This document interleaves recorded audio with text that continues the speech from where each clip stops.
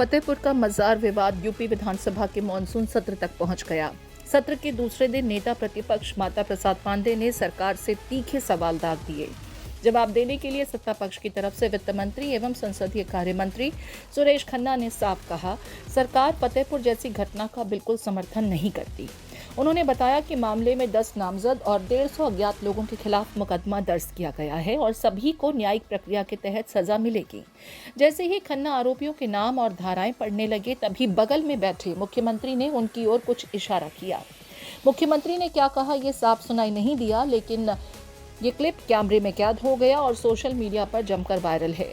लोग यहां तक कह रहे हैं कि मुख्यमंत्री ने जानबूझकर आरोपियों के नाम को सदन में बोलने देने से मंत्री को रोक दिया। हम नाम पढ़े दे रहे हैं मानवा नहीं, 10 लोगों के नामजद है और 150 लोग अज्ञात। मामला यही नहीं रुका। सपा अध्यक्ष अखिलेश यादव ने सोशल मीडिया पर लिखा कि जब मुख पर मुख्य ही पाबंदी लगा रहे हैं तो सत्य कैसे सामने आएगा। ट्रेंड लोग हैं, बीजेपी के लोग हैं, ये ट्रेंड लोग, वो समाज बटे, नफरत फैले, दूरियां बढ़े, तभी राजनीति में वो कामयाब होंगे। अंग्रेजों ने जो डिवाइड एंड रूल की पॉलिसी बनाई थी, जो दल अंग्रेजों के बनाए हुए हैं, जो विचारधारा अंग्रेजों की बनाई हुई है, उसी विचारधारा पे ऐसे लोग चल रहे हैं। वो नफरत पसंद करते हैं, दूरियां लाना चाहते हैं समाज के अंदर। और केवल फतेहपुर नहीं, फतेहपुर में पहली बार नहीं हो रहा है। फतेहपुर में एक नौजवान की भी जान ली, जिन्होंने घटना की, कितने दबाव के बाद कार्रवाई हुई है वहां पर। अब चलिए फतेहपुर की असली घटना पर लौटते हैं। फतेहपुर के अबूनगर इलाके में नवाब अब्दुल समद के मकबरे को लेकर विवाद पैदा हो गया। कई हिंदू संगठन इसके अंदर मंदिर होने का दावा कर रहे हैं। इन संगठनों का दावा है कि इस मकबरे के भीतर हिंदू देवी देवताओं के निशान हैं। 11 अगस्त की सुबह नवाब अब्दुल समद के मकबरे पर हिंदू समुदाय के लोग भगवा झंडा फहराने पहुंच गए। मौके पर जमकर बवाल हुआ, तोड़फोड़ हुई और भगवा झंडे हर ओर लहराने लगे। वीडियो में चारों ओर भगवा झंडे और जय श्री राम के नारे सुनाई दिए। इसके बाद मुस्लिम समुदाय के लोग भड़क गए और पत्थरबाजी शुरू हो गई। हालात को देखते हुए पुलिस प्रशासन ने मौके पर पुलिस बल और पीएसी की तैनाती की। देखिए, पहले से ही पूरी फोर्स लगाई गई थी, सारी तैयारी थी, लेकिन उसके बाद भी कुछ लोग यहाँ पे आ गए और उनको जो है तुरंत वापस कर दिया गया। सर, कुछ हथियार भी मिले हैं? देखिए, अभी इस तरह का ऐसा कुछ नहीं आया है। कुछ लोग लाठी डंडा और ईंट पत्थर उठा रहे थे, लेकिन इस तरह के कोई हथियार की ऐसी कोई बात नहीं है। सर, क्या ड्रोन के जरिए किस लोगों की पहचान की गई है? हाँ, हम लोग लगातार वीडियोग्राफी भी इसकी हुई है और ड्रोन से भी देखा गया है और जो भी लोग इसमें जिम्मेदार हैं उनके ऊपर कार्रवाई की। फिलहाल अभी की क्या स्थिति है? अभी आप खुद भी देख रहे हैं कि अभी सभी लोग यहाँ से जा चुके हैं। सिर्फ फोर्स का पुलिस बल यहाँ पे उपलब्ध है और मजिस्ट्रेट है और बाकी लोग यहाँ पे शांति है। सर, मजार भी कुछ तोड़ी गई है क्या? नहीं, ऐसा कुछ अभी हम लोग उधर देखे नहीं और उधर अभी इन लोगों को समझाने में ही लगे रहे। क्या उपद्रव करने वालों पे कार्रवाई भी होगी? नहीं, जैसा कि मैंने बताया कि इन सभी लोगों के जो भी जिन्होंने कानून को हाथ में लिया उस पर कार्रवाई की जाए। सर, कुछ लोगों द्वारा मजार पर चढ़कर झंडा लगाया गया था। देखिए, ऐसा हमारे संज्ञान में आया है, लेकिन अभी फिलहाल जो है कोई झंडा नहीं है, उसको हटवा दिया गया है और ये उनकी डिमांड भी थी मुस्लिम पक्ष की। इसके बाद मुख्य विपक्षी पार्टी सपा का आरोप है कि इस मामले में बीजेपी के जिलाध्यक्ष मुखपाल पाल की अहम भूमिका है। हालांकि इस पर सत्ता पक्ष की ओर से सीधी प्रतिक्रिया नहीं दी गई, लेकिन सदन में सुरेश खन्ना ने साफ किया कि चाहे जो भी हो, उन्हें कानून के तहत सजा जरूर दी जाएगी। मैंने खुद पूछा था गृह सचिव से, उन्होंने बताया साहब वो एक संगठित ढंग से एक पार्टी के नेता ने ऐलान किया कि यह मकबरा हिंदुओं का है, हम इस पर कब्जा करेंगे, और भारी संख्या में लोगों को लेकर वहां आए। ये सही है कि पुलिस ने उसकी बैरिकेडिंग की, लेकिन बैरिकेडिंग के बाद जितनी पुलिस की आवश्यकता थी वहां रोकने के लिए वो नहीं था। ये लोग आए और हल्ला करते हुए पुलिस को धक्का मुक्की देकर उसमें घुस गए और तोड़ फोड़ किया। इससे सांप्रदायिक सौहार्द बिगाड़ने की कोशिश भारतीय जनता पार्टी की सरकार कर रही है। ये नहीं चाहती है कि उत्तर प्रदेश में शांत व्यवस्था बनी रहे।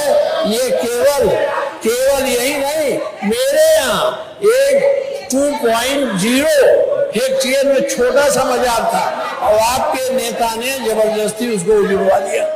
तो ये एक परिपाटी चल गई है कि मुस्लिम मदरसों को तोड़ो, मुस्लिम मकबरों को तोड़ो, जिससे सांप्रदायिक सद्भाव बिगड़े और एक पक्षीय राजनीति की चल सके। इसलिए मानव मैंने इस पर आपके माध्यम से सदन का ध्यान आकृष्ट किया। सरकार के पास कोई बयान हो। फतेहपुर 11/8/2021 को शाम को 6:21 पर इस पर रिपोर्ट लिखी गई।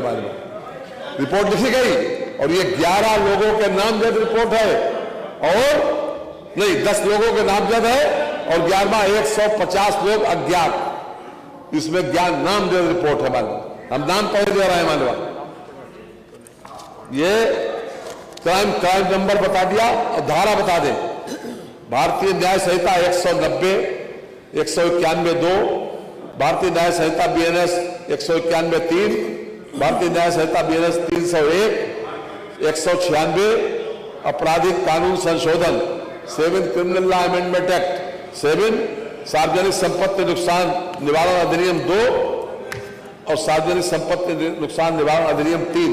ये अपने आप में कल की जो घटना थी बाकायदा इस पर रिपोर्ट पंजीकृत हुई और पूरी तरीके से कानून अपना काम करेगा। जो भी कानून को अपने हाथ में लेने की कोशिश करेगा, जो भी कानून को अपने हाथ में लेने की कोशिश करेगा,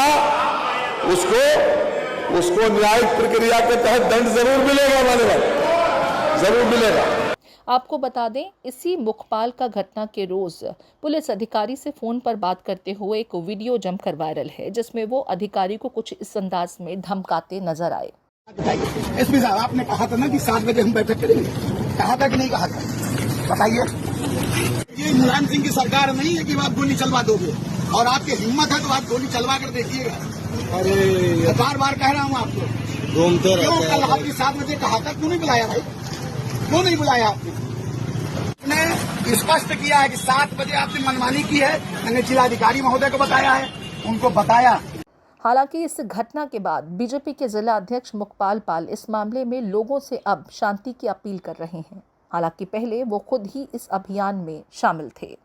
उन्होंने पहले चेतावनी दी थी कि 11 अगस्त 2025 को मकबरे के भीतर मौजूद शिव मंदिर की पूजा अर्चना करने वाले हैं। उन्होंने ही आम लोगों से भी वहां पहुंचने की अपील की थी, जिसके बाद हिंदू संगठन के कार्यकर्ता सोमवार को यहां इकट्ठा हुए और मकबरे की तरफ मार्च किया, जिसके बाद जमकर बवाल हुआ। मैं मुखलाल पाल, जिला अध्यक्ष भारतीय जनता पार्टी फतेहपुर। मैं अपने सभी सनातनी भाई से,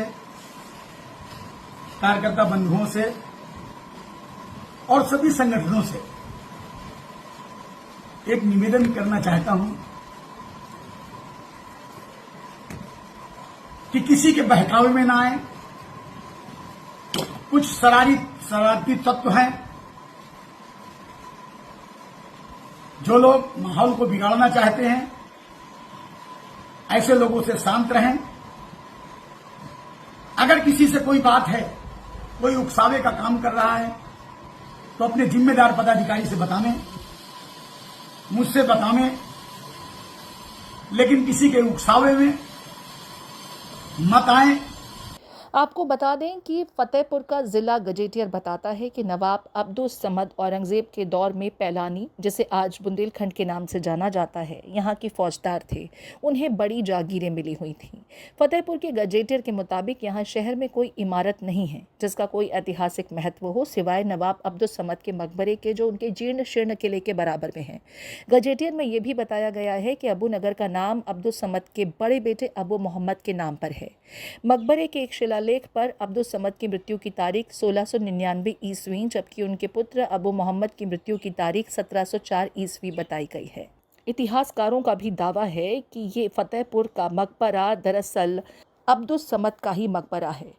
यहाँ हिंदू मंदिर होने के कोई निशान अब तक नहीं पाए गए हैं। बावजूद इसके जिस तरीके से हिंदू मंदिर होने का दावा किया गया और उसके बाद यहाँ जमकर बवाल पैदा हुआ, इसे लेकर विपक्षी राजनीतिक पार्टियों का आरोप है कि सत्ता पक्ष जानबूझकर इस तरह के विवाद को बढ़ावा दे रही है ताकि अन्य ज़रूरी मुद्दों से लोगों का ध्यान हटाया जा सके।